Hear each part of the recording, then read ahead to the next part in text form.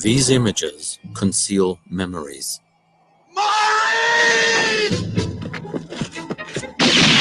Beneath Hollywood's familiar stories lies a hidden history of persecution and murder which haunted a small group of men, not American cowboys, but Jewish immigrants.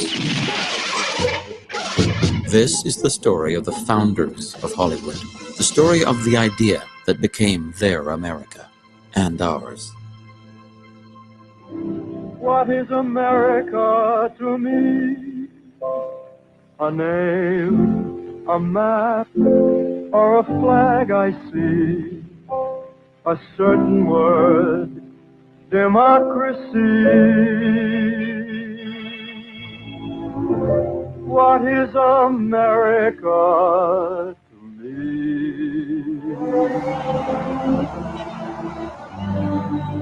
A house I live in, a plot of earth, street.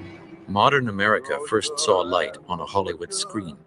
It was largely the product of 6 movie studios established in the 1920s and run for over 30 years by a group of Jewish immigrants.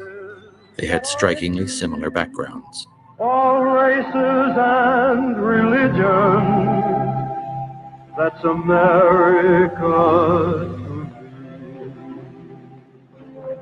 All of these men who founded Hollywood were born within a 500-mile radius of one another. And all of them wound up roughly within 15 miles of one another in Los Angeles. One could say that the American dream was really born in Eastern Europe.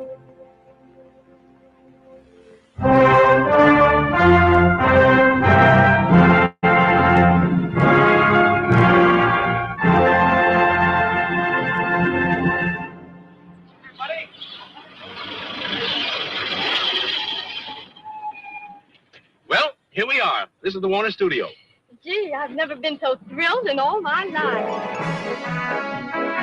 Harry Warner, who with 3 of his brothers brought sound to the motion picture, was born in Poland. Comes Jack Warner, youngest of the Warner clan, and then the senior member of the film-famed brothers. Also from Poland was Samuel Goldwyn, born Goldfish. Although Goldwyn never ran a major studio, he was perhaps the biggest and best known of the independent Hollywood producers. Universal founder Carl Laemmle came from a small town in Germany. Louis B. Mayer, who gave us the glory years of the MGM studio, was born in a Russian Jewish village. William Fox and Paramount's Adolf Zucker were both born in Hungary. Fox's studio merged with 20th Century Pictures to form 20th Century Fox. Here comes Adolf Zucker, the president of Paramount Pictures. Zucker, known as the father of the feature-length film, spent his childhood in this Jewish village.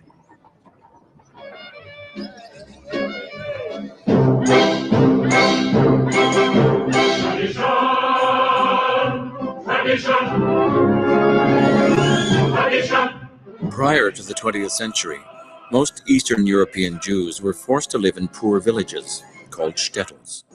Without a homeland, they lived a marginal existence at the sufferance of the Russian Tsar.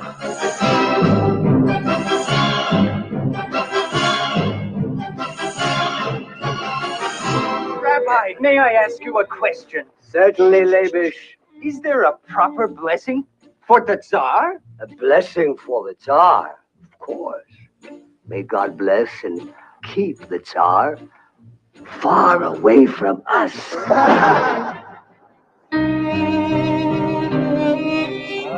In these villages, religion and life were intertwined. Everyone spoke Yiddish, the Germanic language of the shtetl. These towns were alive with Yiddish songs, storytelling, theater, and humor that would eventually find their way to America. This rich cultural life insulated the shtetl Jews from their misery and the often hostile reality around them.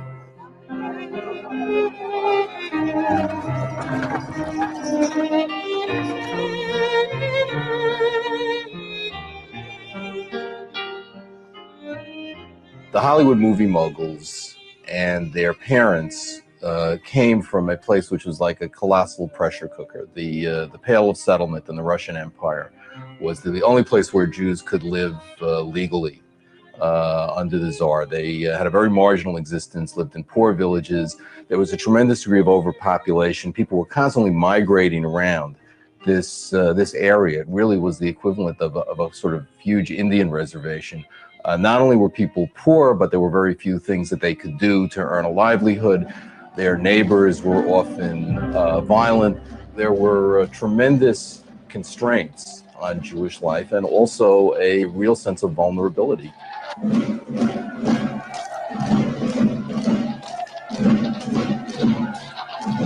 Without warning, death could come crashing down on the defenseless shtetls, reminding the Jews that as a people they were permanent outsiders, vulnerable and powerless. Before the turn of the century, hundreds of thousands died in pogroms, massacres of Jews. Suddenly, neighbors kept running out of the front of their house, yelling, "The hooligans, hooligans, the hooligans are here." Cossacks. And they broke down the gate and they came in on horseback, on foot, wielding swords. And my oldest brother and my father each grabbed one of those clubs and they went out swinging. Fortunately, they came back, but there were a few people killed. This was the pogrom, and I lived through it. This is where the founders of Hollywood came from. This is what they were fleeing and why they came to America. These harrowing experiences are reflected in many Hollywood films. Again and again, images of the rampaging oppressor, of the slaughter of the innocent, and of homes laid waste by fire make their way into American movies.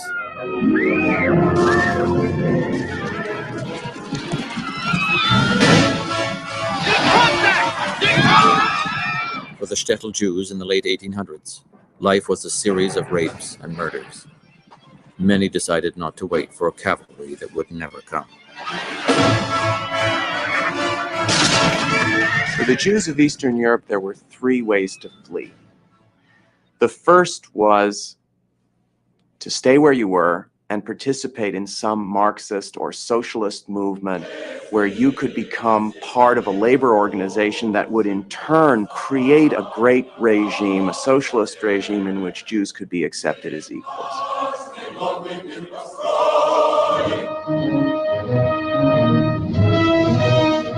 A very small minority began to dream about Palestine. Very small numbers of people became Zionists. You needed a great deal of ideological dexterity to talk yourself into getting on a boat and going to Palestine at the turn of the century. The vast majority of Jews, 2 million out of 2.5 million, who left Eastern Europe to find their dream, went to America. The smart money was on America. It was the simple place where you could imagine the dream of Jews having both opportunity for tolerance and also economic security.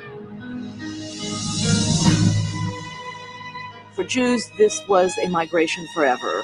They had no positive views of life in the old world. Many immigrants, in fact, talked about the last moment in Russia where they turn around and spit. In a way, we might even say that they actually became American, or they began the process of Americanization at the moment when they decided to leave, because they knew that there was no going back. Among these immigrants were the future founders of the studios. They came with little money and few belongings, but they brought with them a new vision of America. Hollywood was a dream dreamt by Jews who were fleeing a nightmare.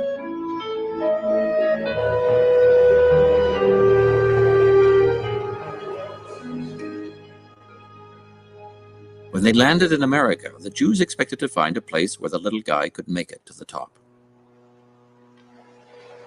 Instead, they found a Protestant elite whose mission was to educate the immigrants and keep them in their place. The dream with which the Jews came to America was very quickly frustrated. They couldn't get into financial services. They could work for slave wages. They couldn't live in the good neighborhoods. They could live in tenement slums. And it didn't take long before a great number of them began to once again fantasize about what it would really mean to realize the original dream.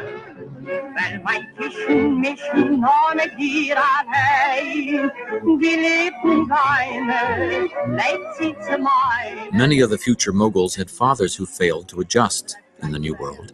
At a very early age, they became the family breadwinners. They developed an unrelenting desire to make it, to succeed in the America that existed somewhere beyond the Jewish ghettos.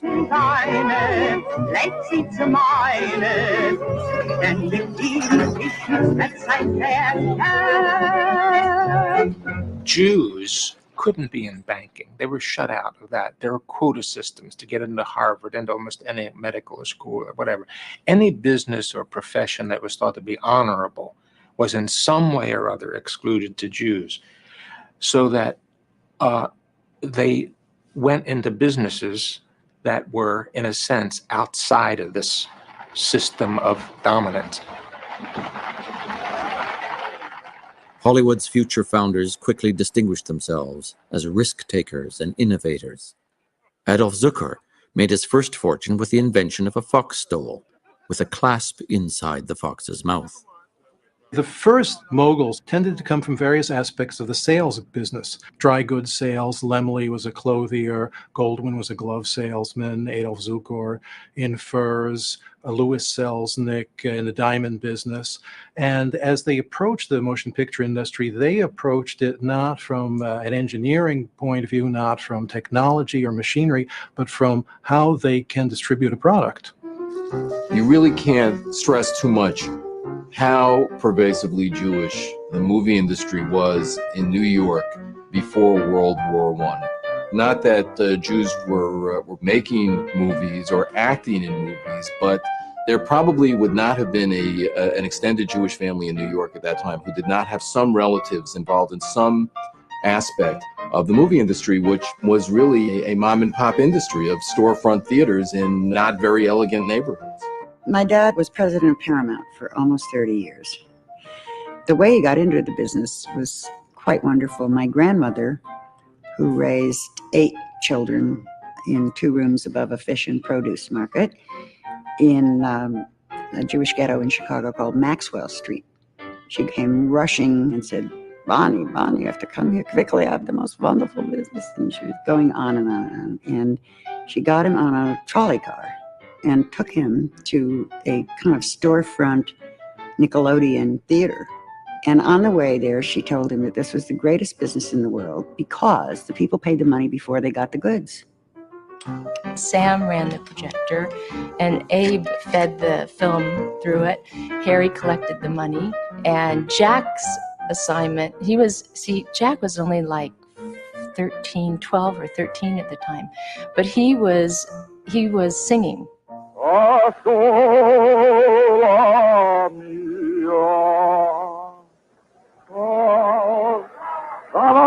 He had a nickname, Leon Zuardo. That's what he named himself. I don't ask me how. Anyway, so he was used to chase the audience out of the theater after the show was over, because a lot of times they'd want to stay.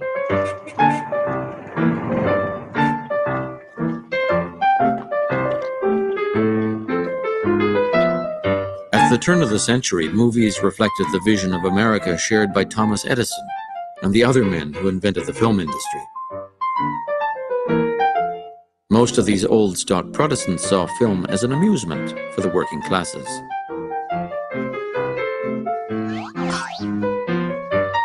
The films presented negative images of hook-nosed Jews, blacks, and others. They championed an idea of America where the white upper classes ruled and immigrants knew their place. Take one movie, just one movie. Biographs, The Fights of Nations. The Jews meet on the street and a policeman comes up to run off one of them who's peddling neckties.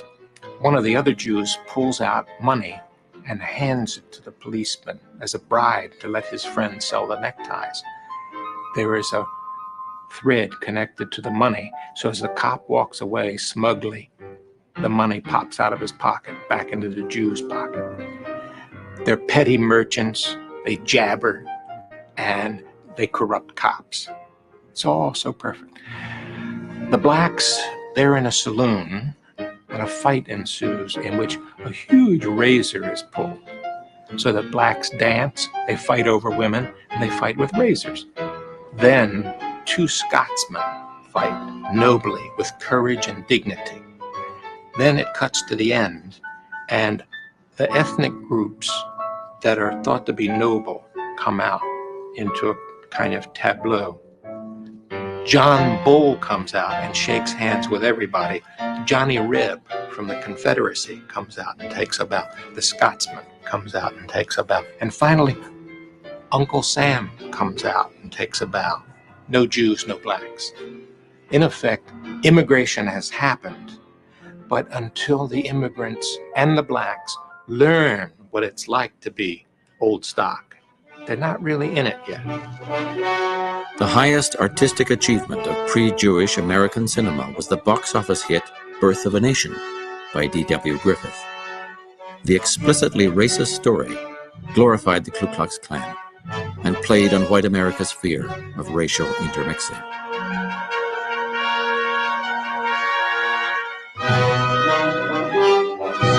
These films reflected popular American values of their era.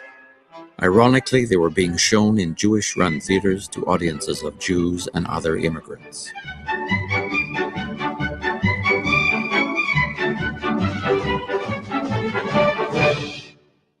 Independently of each other, the Warner Brothers, Zukor, Goldwyn, Lasky, and Laemmle began exhibiting the short films produced by the Edison men. They upgraded their theaters and sought ways to attract the middle class.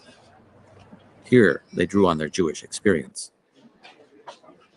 The Jewish tradition has placed an enormous value on high culture, on learning and the finest expressions of music and art.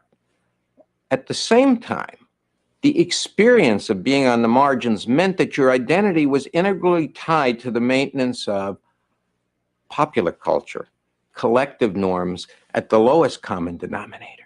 And that combination of a commitment to high culture on the one hand and an appreciation of low culture or popular culture on the other was the perfect preparation.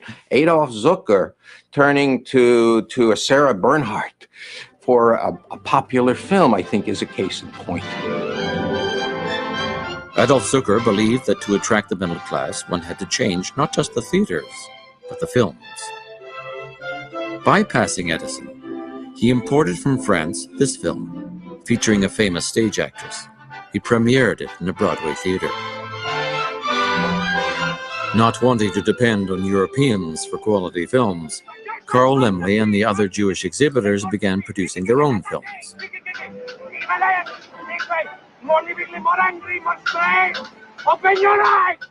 Edison decided that the Jews had overstepped their bounds. To shut them out in 1908, he organized a producers' trust that declared a monopoly on film production in America. 7 years later, Edison's trust would lose its monopoly in the courts. But in 1912, to escape Edison and the goons he sent to enforce his control of the industry, the future moguls headed west to the orange groves of California. Here they found immediate success. Now, why did they move to California? I believe that they went there because California was a raw social environment. And although there was a social system in place, it was nowhere near as sophisticated and nowhere near as entrenched as the social hierarchy in Boston or New York or even Chicago, where these moguls came from. So coming to California, they realized that they could create their own social environment. They could create an empire of their own, not only on screen, but within their own lives and their own social environment. And that's precisely what they did. In 1915, Carl Laemmle had decided to open a very large plant in the valley north of Hollywood, which they called Universal City, and they got themselves a postal designation for Universal City with its own mayor and its own police force. A gigantic facility that includes all necessities for designing films, building sets, photographing them, editing them, costuming them, writing the scripts, housing the executives, all under one piece of property, which he would people with his relatives, very famously brought over from Laupheim, Germany. And they were very pleased that this was, the first movie-making city in the world. Among the movie industry's 30,000 employees are men and women from nearly 300 trades and professions. Following Laemmle by 1920, Harry Cohn, Zucker, Goldwyn, Fox, and Mayer had set up their own studios, golden shtetls, where each was clearly in charge. Show me what you are made of. If you have the slightest doubt, be man enough to step aside and let the go-getters go ahead. I will not have quitters or lazy men working for Universal. That's straight from the shoulder, isn't it? They were tough. They had to be tough. They came up from the ghettos, most of them. They had to survive in a business that was cutthroat. And if they didn't cut throats first, their own would be done. So only the tough survived. And these guys were ruthless. They used women. They treated stars brutally sometimes. But they had redeeming qualities too. I mean, they were sentimental. My God, Louis B. Mayer would cry at the drop of a handkerchief. And they were, most of all, showmen. And they loved movies. They lived for movies. And that's a greatness that does not exist today. I'd been here about a week on the lot in 1937, and Adolf Zucker, who was head of Paramount, sent me to Columbia to deliver a message to Harry Cohen, who was the head of Columbia Pictures. And he's sitting at his desk, which is elevated about 6 inches off the floor. And he's on the phone, other hand extended. He's getting a manicure, a barber's cutting his hair, and he's getting a shoe shine. Now, that's something to go in and see a man on the phone, head of a studio, manicure, shoe shine, and a haircut all at the same time. And I said, man, this is Hollywood. Let me at him. How the hell are you? Good trip? My name is Jack Lipnick. I run this stump. I'm from New York myself. Minsk, if you want to go all the way back. The writer is king here at Capitol Pictures. You don't believe me? Take a look at your paycheck at the end of every week. That's what we think of the writer. So what kind of pictures does he like? Mr. Fink hasn't given a preference, Mr. Lipnick. So how about it, Pod? Well, to be honest, I don't go to the pictures much, Mr. Lipnick. That's okay. That's okay. That's okay. That's just fine. You probably walked in here thinking that was going to be a handicap, thinking that we wanted people who knew something about the media, maybe even thinking there was all kinds of technical mumbo-jumbo to learn. You were dead wrong. We're only interested in one thing. Can you tell a story, Bart? Can you make us laugh? Can you make us cry? Can you make us want to break out, enjoy a song? Is that more than one thing? Okay. The point is, I run this stump, and I don't know the technical mumbo-jumbo. Why do I run it? Because I got horse sense, goddammit. Showmanship. And also, I hope Lou told you this, I am bigger and meaner and louder than any other kike in this town. Did you tell him that, Lou? And I don't mean my dick is bigger than yours. It's not a sexual thing, although you're the writer. You know more about that. Coffee? Jack Warner was considered a primitive, told terrible jokes. And yet that studio produced a legacy of tremendous films, from The Jazz Singer to Casablanca to My Fair Lady. So he must have been doing something right. There's a very romantic notion that Hollywood movies were made by artists. The director and the writer, and to a certain extent the stars, actually made these movies. Those were the real artists, and these guys were only businessmen. I would place the artistic sensibility not with the director, but with the studio head. And for those who say, well, this is ridiculous, I would say, from beginning to end, the executive had the primary input into the picture and supervised every aspect of production, over and above the fact that beyond any individual picture, It was the executive who created the entire studio apparatus. Every producer who worked there, every director who worked there, every writer who worked there, and every star who worked there was part of the larger system that was created by the Hollywood Jews. I'm not sure that there was an, quote, American dream before the Jews came to Hollywood and invented it. What you had was a westward movement, and you had the idea of freedom, but you didn't have what we have today, which is a popular culture that creates dreams. That's a dream factory. Once the studios were in place, the Jewish moguls produced hundreds of feature-length films each year. Movies that presented America with a new vision of itself. A vision that was very different from that of the establishment filmmakers of the Edison Trust. Be optimistic, don't you be a mourner. Brighten up that corner and smile. Don't wear a long face, it's never in style. Be optimistic and smile. They got to put their hopes and aspirations and mythologies about what a perfect life would be like, which is something I think people probably spend a long time thinking about when they have a very imperfect life with a great deal of persecution, disempowerment. You know, what would the system be if we could make it up and show it to you? I want to make that come to life for every boy in this land. Yes, and all light it up like that, too.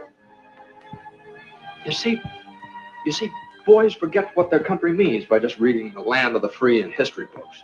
When they get to be men, they forget even more. Liberty's too precious a thing to be buried in books, Miss Saunders. Men should hold it up in front of them every single day of their lives and say, I'm free to think and to speak. My ancestors couldn't, I can. And my children will. The Jewish determination to survive was repackaged as the will of all common people to go on. We sure taking a beating. I know. That's what makes us tough. Rich fellas come up and they die, and their kids ain't no good and they die out. But we keep a-coming. We're the people that live. They can't wipe us out. They can't lick us.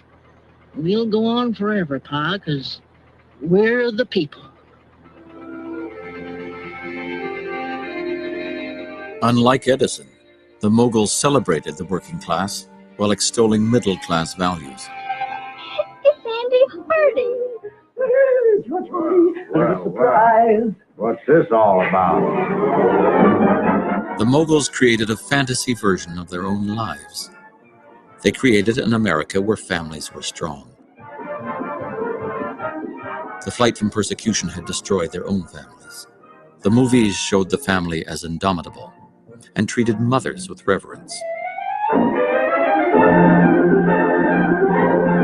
The immigrant Jews also appealed to the aspirations of youth, another group of perennial outsiders forced to prove itself.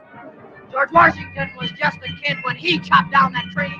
But if they'd locked him up for that, where'd this country be? They call us babes in arms. They think they must direct us. But if we're babes in arms, we'll make them all respect us. Why have we got our arms?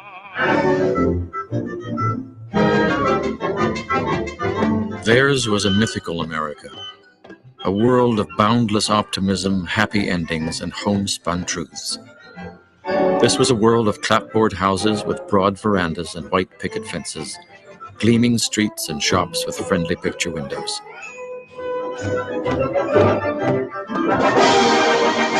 Hollywood's America was made up of citizens who were industrious, religious, wholesome, and decent.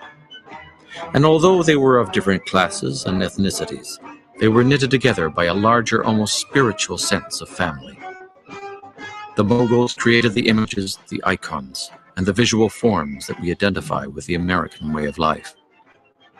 They created their own America, an America which is not the real America. It's their own version of the real America. But ultimately, this shadow America becomes so popular and so widely disseminated that its images and its values come to devour the real America. And so the grand irony of all of Hollywood is that Americans come to define themselves by the shadow America that was created by Eastern European Jewish immigrants who weren't admitted to the precincts of the real America. Somewhere over the rainbow, way up high, there's a land that I heard of once in a lullaby. Somewhere over the rainbow, skies are blue, and the dreams that you dare to dream really do come true. Someday I'll wish upon a star and wake up where the clouds are far behind me, where troubles melt like lemon drops away above the chimney tops. That's where you'll find me.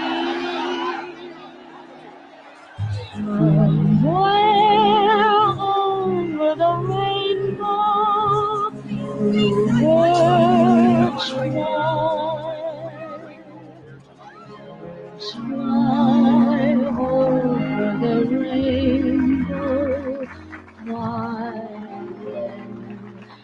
oh, why can't I? In the 1920s and 30s, movie houses became temples of the new Hollywood religion. Jewish values made kitsch. 75% of all Americans went to the movies at least once a week.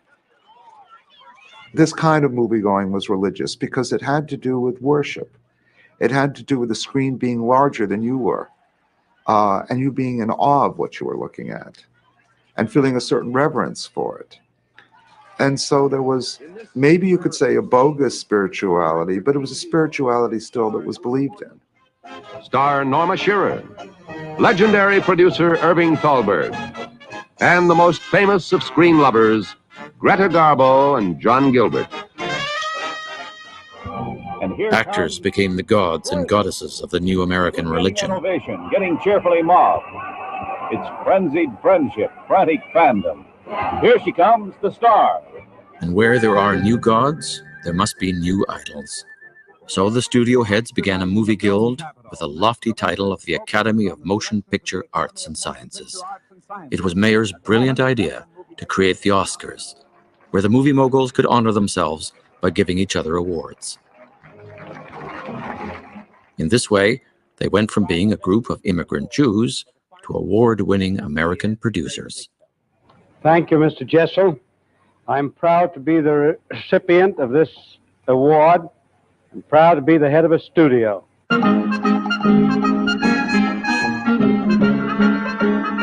In their own lives, the Hollywood Jews subscribed to the religion of their own making. They were the quintessential little guys who had made it to the top. They threw parties on their yachts. They dressed in tailor-made suits. They lived in the kind of houses that aristocrats were supposed to live in. And when they were not admitted to the Gentile country clubs, they rebuilt this one, Hillcrest, bigger and better than all the rest.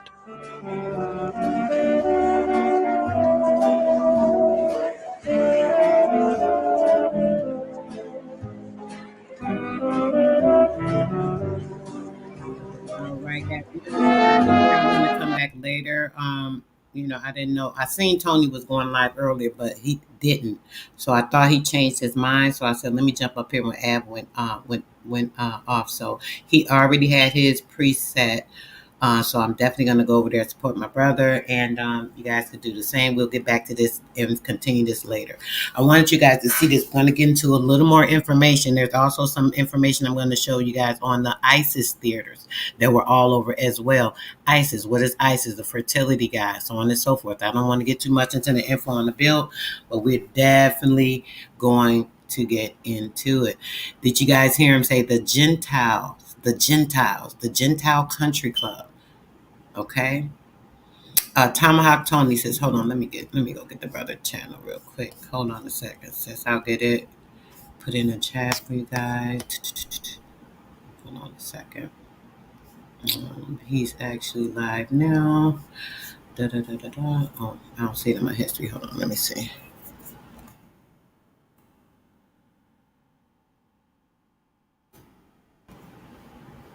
All right, here we go.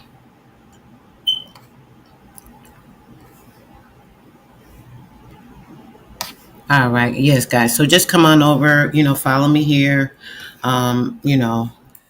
With this build, I'm going to go and jump over there because I know he brings some type of fire as well. He always does. So we can go ahead and get over there, and then we'll be coming back later, guys, with part 2 of this, because I definitely want to get into this ISIS theater and a couple of other things so you guys can see, like literally see what's going on. All right. Peace, love, and bliss. Until later, guys. I'm out.